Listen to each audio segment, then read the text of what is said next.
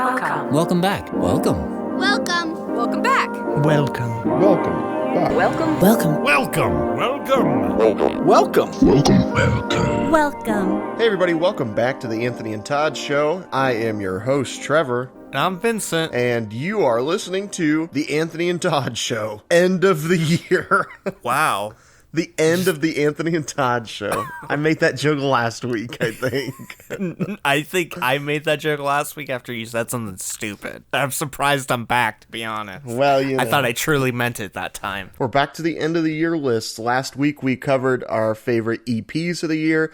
And this week we are getting into our favorite hidden gems of 2021. Just to clarify, all of these projects will then in turn be a part of our favorite albums of the year, but we are trying to break it down a little bit so you don't have to listen to a 4-hour discussion on what albums are good, as we have done in the past. Yeah, I think the reason why that didn't hit is because there wasn't a 5-hour discussion on what is good. I think you're right. I would rather listen to a 6-hour discussion on Fortnite. Yes. So without further ado, the reviews of the hidden gems of 2021. Go for it. Bruiser Wolf. Dope Game Stupid. Bruiser Wolf's big debut project might be the least hidden album on this list, but that doesn't make it any less of a gem. I've seen it on a couple of publications at a year lists, and yet there's not really any talk of the album, just like maybe the single Dope Game Stupid, or just like very minimal discussion of the album as a whole. In 2021, Detroit rap legend Danny Brown got more serious about his Bruiser Brigade label and group. Not only was the group itself more present and out in the open this year, but a lot of its members released full-length projects, including Bruiser Wolf's debut album, Dope Game Stupid. Listening to Bruiser Wolf sounds like you were watching Ed, Edd n Eddy one night as a kid until you dozed off, and then woke up at 3 a.m. and this album was playing on Adult Swim. Wolf looks exactly like what I expected he would. Every line he raps has this air of being a 70s pimp, complete with a wide brim hat and faux fur opulence. His voice is the most immediately gripping thing about him, which has the qualities of a Boondocks character mixed with Christopher Walken as a jazz singer, with a couple hints of stand-up comedian and Southern preacher thrown in there. As Wolf says himself, nobody sounds like this. I got my own sound. I'm an instrument. Do you want me to do that in the voice? Yes, Nobody please. sound like this. I got my own sound. I'm an instrument. That's actually pretty good. Thank you. I've practiced a lot. That's almost as good as your Darko. I can't wait for you to do your Darko later. I might. He's smooth and charismatic, no doubt, but he also has a certain nerdy quality about him, as do many other Bruiser Brigade members. Between Wolf, Z-Loopers, and himself, Danny really seems to have a knack for finding rappers with the most unique voices. Dope Game Stupid is drug rap done in the most authentic and least serious way, and I think that alone pushes the whole genre forward in my opinion. Wolf doesn't seem to take himself too seriously, which is probably my favorite part of the project. After getting hooked on his song Dope Game Stupid earlier this year, it's extremely easy to see what I mean. On that track, Wolf raps over this unstable, metallic beat like he's on top of this very wobbly tower, repeating this hook over and over. The dope game's stupid, but the boys still do it. He has some really funny, off-the-wall one-liners, which are immediately grounded by Wolf answering himself in his own ad-libs, as if I didn't laugh at his joke the first time and he wants to make sure I heard it. Wolf makes it well known that the dope game has used him, abused him, and ruined parts of his life, but it's near impossible to quit. The majority of his other songs on the record also discuss selling drugs, discussing just about every angle of the profession. And thank God, Wolf makes it abundantly clear that he's made a ton of money this way. I could see Benny the Butcher making a track like this, but that's about as far as the similarities between Wolf and other coke rappers go. No, I think one thing that's similar is just the consistency, which is pretty similar to Pusha T. Yeah, I can see that. I feel like maybe on future Bruiser Wolf releases, he may struggle to not talk about it. Like Pusha T does in any other verse where he's required not to do it. That's actually a pretty good point. Except for he did in Jesus is King not talk about coke. He did not talk about Jesus doing coke. Yeah, then he was near purple at the end because he was trying to hold back the urge. One of the most real and heartbreaking parts of the album is the closing track, Mama Was a Dope Fiend. I compare this almost as the anti-Letter to My Mama from 21 Savage's album I Am Greater Than I Was, where 21 looks fondly upon his childhood because of his mother, while Wolf has a more bitter outlook. He sounds like he's holding back tears as he cries out to his mother, asking if he wasn't good enough. But there's also self-reflection when he realizes he and his mother are cut from the same cloth. Rather than try to fight drug usage, he's turned around and become a pusher, perpetuating the situation for other families as well. There's heartbreaking power from Wolf as he cries, "I love you, I hate you, I am you, but I ain't you." This is a tough, raw song to leave the album on, and probably one of the only instances where Wolf displays genuine emotion. Other great moments on this project include the Danny Brown collab, "I'm an Instrument," where the two trade bars about their unique sounds, all while cramming as many music puns as they can into their bars. Middlemen then has a surprisingly well-sung hook from fellow Bruiser Brigade member Fat Ray. To me, Bruiser Wolf is just infinitely enjoyable. You can listen to him all day and probably not get tired of him, since you'll pick up on some new line with every listen. If this is his debut project, I have a feeling that I'm going to like whatever he puts out next. Bruiser Wolf spits abstract spoken word poetry about the dope game in a soulful and perplexing caricature of Detroit. This album sat hidden in plain sight for most of the year for me, as I was aware of both it and Bruiser Wolf because of his membership to Bruiser Brigade. I don't know why I never took a chance on him before the odd day the Spotify algorithm decided to play me the track Dope Game Stupid. He's obviously one of the most distinct MCs of Bruiser Brigade, which is impressive because Z Loopers and Danny Brown are also part of the group. Bruiser Wolf even got a big spotlight in 2021 on the track Flying Spirit by The Alchemists and featuring the rest of Bruiser Brigade. Bruiser Wolf closes out the track with the longest verse and absolutely kills Elk's beat. It's more grounded and darker than what's on Dope Game Stupid, but I feel like it represents of what more we could see from Bruiser Wolf in 2022 and beyond. I think caricature is a good word to describe a lot of Dope Game Stupid. It's large, overexpressive, and goofy. Bruiser Wolf's flow is so natural and doesn't feel forced. He smoothly glides from line to line over top beats that feel like they're from a blaxploitation film from the 70s. However, his performance is massive and impossible to miss, and by some could be considered campy, especially his vocals where he gives it his all, but there's always this amateur-like layering to him. I like this feel because it gives the album a more improv nature, which really works in cementing a lot of his hooks, making them easy to sing along and definitely catchy. And just because he brings the style to the table doesn't mean he can't reflect emotion in his voice. The track Mama Was a Dope Feed may contain this infectious hold together by thread hook, but in the verse there's actual heartfelt expression of confusion and anger as Bruiser Wolf reflects on his mother's abandonment of him because of her substance abuse problems. And this leads to him being on the other side of the spectrum now as he sells what took his mother away from him. It feels like he's trying to figure out his emotions as he's spitting, like he's trying to just make sense of it as the track progresses. Other highlights across this album include the hectic and fun I'm an Instrument with Danny Brown, where Danny and Wolf showcase the things that make them unique voices in hip-hop. Thank God, which is the best example of how effortlessly Bruiser Wolf slides through his vocals on the hook, seeming to pull it out of thin air right in front of you. And last but not least, the title track, Dope Game Stupid, which is one of the most infectious and hypnotic tracks I've heard this year. I slimly always repeat the song in my head, whether it's the hook or some of Wolf's hilarious lines like "Everybody hit her, but when I hit her, I bought her son some chicken tenders and a fidget spinner." That line in particular has been stuck in my head for months. Words can't express how infectious this track is. Bruiser Wolf has a huge career in front of him, and I feel like in no time he'll be on the same level as Z Loopers and Danny Brown. Cheekface. Emphatically No.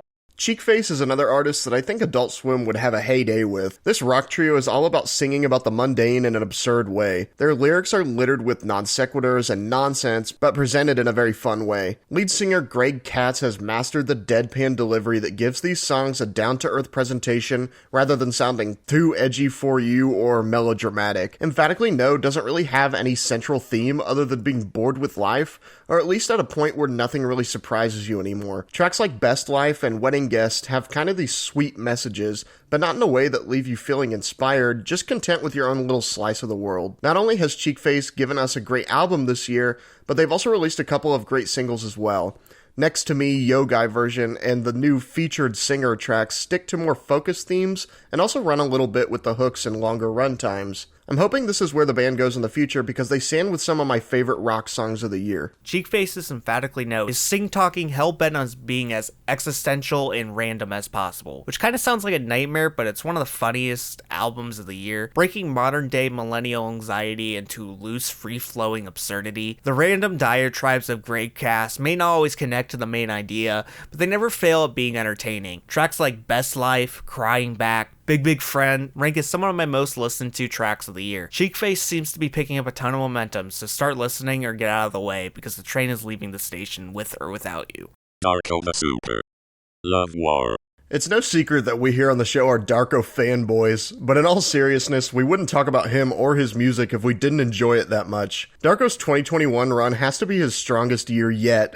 Between Teenage Angst Hasn't Paid Off Yet with Big Baby Gandhi, Cruising with Darko and the Jets, and his magnum opus Great White Buffalo with Dean Friedman. One project that may have slipped through the cracks, though, was a short project Love War. Originally a split tape with synth-pop artist Bob Bucko Jr., Darko hopped on the B-side of that tape to make songs inspired not by BB Jr.'s music, but the title itself. The result is one of Darko's most mature projects yet. Across Love War, Darko accomplishes quite a bit. These are some of his most ambitious beats to date, provided mostly by Blacker Carrot. Sparkle Motion is an exercise in wordplay, where Darko raps an entire verse, then raps it backward for his second, which ends up being surprisingly cohesive and beautiful, and also something that MC Paul Barman would probably do. I can't help but imagine Darko floating through outer space over this Claire de Lune-inspired instrumental. Psycho Ranger is so fun and upbeat, with Darko rapping effortlessly over this horn sample, funky bass line, and glitchy, bright strings. But don't be fooled, the lyrics are quite a contrast from what you're hearing in the beat. These are some seriously sharp bars. The crowning jewel in this project has to be Heavy Yoke, which is probably the saddest song I've heard all year. The track is essentially to grieve the loss of his partner's father and Darko's friend, Pete. Darko produced this one, and he gives himself a drumless beat cut from a Daniel Johnston song, which really makes you focus on his lyrics more. His verses are pointed and sentimental,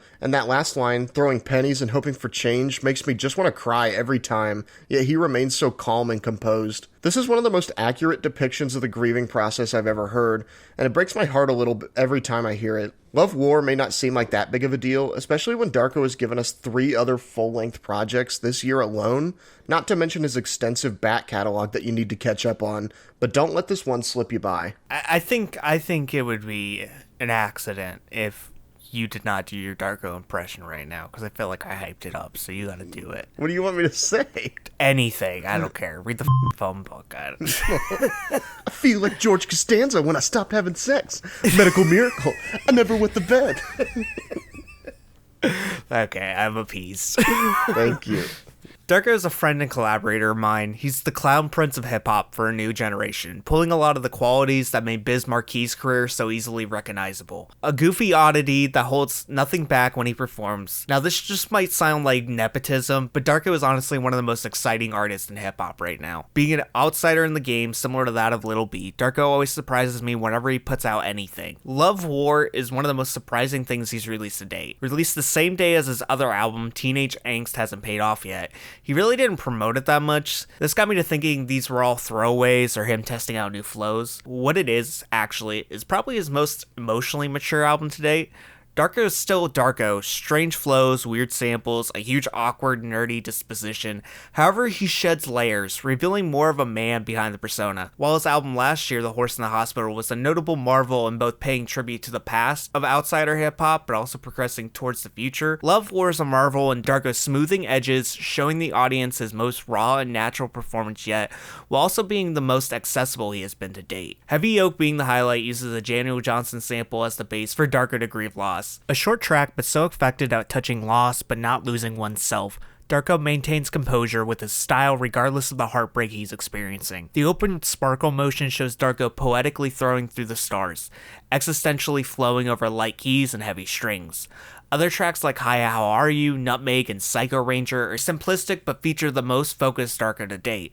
Nothing overly flashy, it's almost like Darko's running laps, trying to keep in lyrical shape without exerting himself. It really matches the more moody atmosphere of some of the other tracks in the lineup, adding consistency to the track list. This isn't Darko's best album, it's not even the best album he released this year, and we'll get to that eventually, but it's the best starting point for someone who's never heard him before, getting to know a bit of the man behind the spiral glasses. FatBoySharif and Roper Williams.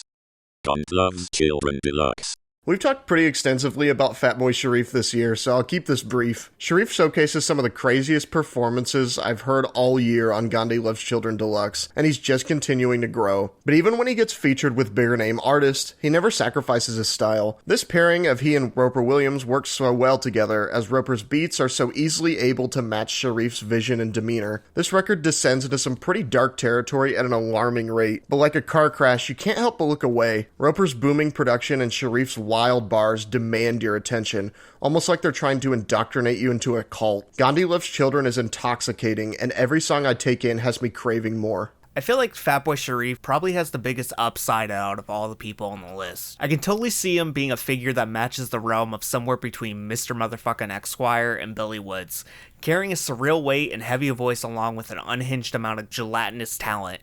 Gandhi Loves Children Deluxe is a showcase of all Fatboy's skills. Roper Williams produces elegant frames for Fatboy's wild artistic vision to play out in.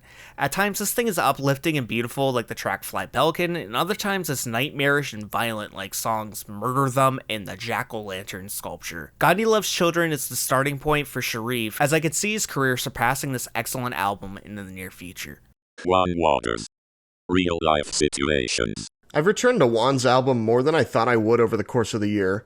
In just a short runtime, he delivers some of the catchiest, most well-written tracks over such a wide variety of styles and instrumentations. Of course, he brings a lot of friends along for the ride. Every track has me just sitting there with a big stupid smile on my face as I easily breeze through this project. Real Life Situations transports me to a sunnier, happier place, which is especially welcome when the weather turns cold and the days turn into night earlier and earlier. I was quoted before as saying Real Life Situations was one of the most fun albums of the year, and I still hold that statement true. Juan's revolving catalog of styles delivers so many smiles over the course of its 30-minute runtime. It's just an optimistic and grounded reflection of Juan's environment. Highlights like presentation, unity, and real make Juan's world that he's crafting feel populated, almost like the album itself is a living, breathing city. The Lasso. 2121. In a weird comparison, I think I'd compare Midwest producer The Lasso's album 2121 to that of a good sitcom. Sitcoms with well-written ensemble casts examine each character from every angle, showing us why the group's relationships work between members. TV shows like New Girl or Community don't just tell you that the characters are friends, they show you that they're friends. Not just all as a group, either, but there are episodes where specific character pairings are explored until just about every combination of character interactions and dynamics are mapped out on screen. The Lasso does something kind of similar with his collaborators on 2121. This isn't just The Lasso by himself. With him are vocalists A. Billy Free and Rachel Eve, cellist Jordan Hamilton, and saxophonist Jared the Sax Squatch Selner. After listening to his 2017 project The Sound of Lasso, it seemed like The Lasso needed a little more focus, and after years of working mainly as a producer, his latest solo effort is just that. A focused and futuristic rock, funk, and electronic trip through the cosmos. Our opening track 2121 is fast-paced, funky, and will get stuck in your head immediately, taking root in your brain with its sparkling opening synth loop and smooth sax. Free and Eve do a great job with their soulful vocals, really driving home the whole track. Another standout moment is the Hemlock Ernst track, Will We Be Us Again, with an incredible verse from Sam Herring and a good hook. All Gone is an Eve solo track that plays out more like a space-aged club banger, while Satellite sounds more like an 80s synth track, like something Carly Simon or Peter Gabriel would have put out. The Abyss features yet another fiery verse from Fat Tony. Like, seriously, where's this guy been all this time? I think I seriously underrated this project when it came out, but after re-listening, something clicked. I've been able to pick up on more of the chemistry of each member and the collaborating group with one another. It makes for a more compelling record than I originally gave it credit for. Also, The Lasso put out another record this year with just Jared and Jordan if you want more synth sax cello goodness. 2121 is psychedelia placed 100 years in the future, blending so many genres together into one mind-melting smoothie. Lasso and his large group of collaborators stack on top of each other perfectly. While Lasso may do the curation and production, it's the combined performances from Sax Squatch, Jordan Hamilton, A. Billy Free, and Rachel Eve that make this album feel like one continuous piece. A free-flowing jazz, funk, hip-hop, and electronic odyssey that teleports the listener into the next generation of psychedelic hip-hop. Also, if you want to learn more about this album, we have an interview up right now with Lasso. He talks about this album and many other things along his career. That's an episode, I think episode 6, right? I hope it's the correct number. I have no idea, but make sure you check that out, because if you're interested in this album and you listen to it and you want to know more about it, I think that's a good place to start. L Orange. The world is still chaos, but I feel fine. Sometimes I feel like I have a hard time reviewing or talking about beat tapes, which is essentially what this project is. L'Orange has proved his mettle as a producer already, but in my opinion, his strongest product up until this point was 2017's The Ordinary Man, which drew from a lot of Madlib's style, specifically his superhero work with Doom, but flipped the script for a magician-based storyline built with old movie and radio samples. This project is nothing like that. After producing for a couple of years with some other rappers like Solemn Brigham for the Marlowe projects, Jeremiah J, and Namir Blade, I'd become a bit disinterested in L'Orange. I wanted something like The Ordinary Man, but what I got here was, yes, another solo album, but also nothing like that. The central theme, I think, of this project is finding your own bit of happiness or pleasure in your isolated world. Especially during the pandemic, when people were isolated from one another, it was extremely easy to lose hope. Pile on top of that the state of our country, and you have a recipe for absolute chaos. But as the opening vocal snippet says on this project, we don't need to feel perfect or even good per se, just better. The project has a lot of samples about that, drawing from interviews with collaborators and friends of L'Orange who talk about their experiences with what makes them feel better. The project focuses on taking control of your own happiness and day-to-day victories, especially in a time when the big picture can often keep you down. I'd even tied in that mantra to this project itself. Rather than let someone else do the talking, L'Orange once again steps into the foreground and speaks the message that he himself wants to create. Beat tapes aren't usually anxious, however L'Orange finds the perfect way to balance out dusty hushed instrumentals with the lingering weight of reality. Beats on this thing can be quiet and chill, grand, warm and vibrant, or strange and gelatinous. This tape seems to reflect the mixed bag that life often presents to all of us, while seemingly finding comfort in acknowledging the chaos. Some of the vocal excerpts he snips together really bring together this balance of discomfort and humor, and really cement the themes together, making this album more conceptual, separating it from just being a beat tape. In a similar way, the atmosphere of his last solo album, The Ordinary Man, separated from the pack of other instrumental hip-hop albums. L'Orange is more known for his collab albums with Solomon Brigham and Jeremiah J, but I find his solo work to be way more compelling because it has to rely on itself more, constantly tying itself together into an album without having the same MC on top, needing themes and atmosphere to pull one track into the next. This is probably my favorite project by L'Orange to date, so make sure you don't miss out. Pom Poko. Cheater. If there ever was a second Scott Pilgrim movie for whatever reason, Pom Poko would definitely be on the soundtrack. After the UK has opened up a whole can of worms for post-punk with bands like Black Midi, Squid, Shame, and Black Country New Road, Norwegian band Pom Poko would fall at the other end of that spectrum. Instead of melodramatic, spoken word passages with long improv solos and tons of layering, Pom Poko revels in creating short, catchy, post-punk songs with pop sensibilities. The vocals are almost frail in a sense, not like dainty, but like cracked glass. I think if Caro Caro Bonito took on more of a punk identity, they would make music similar to this. While the lyrics may be as angsty as the rest, their message is obscured by power chords and catchy, easily singable melodies. Each song has a different hook that sets it apart from the rest in your mind, which seems kind of basic, but it goes a long way. The band still plays with things like song structure, different accented notes, and meter, but in a more contained sense. If you prefer your rock music more along the lines of the Strokes, Pom Poko is definitely worth checking out. Pom Poko's placement on this list is more from what the band will become and mature into than the album itself. Cheater is full of catchy indie rock tunes fronted by the frail voice of frontwoman Ragnhild Fanjo. Every track pierces your ears with warm guitar fuzz and light vocals. Their second album seems just to be a launching point for bigger and better things to come for the group. Once you hear hits like Cheater, Like a Lady, Andrew, and My Candidacy, you understand the star power of this group. If you haven't heard this band before, I think the normie description is big thief but post-punk, but also sort of like Gorilla Toss, and I can see them fitting very well around that scene of indie, and it's only a matter of time before they have a track that breaks them through into the public consciousness. Steel-tipped dove. Call me when you're outside. Steel-tipped dove should need no introduction given the work he's been putting in for years, but for some reason he's still slept on.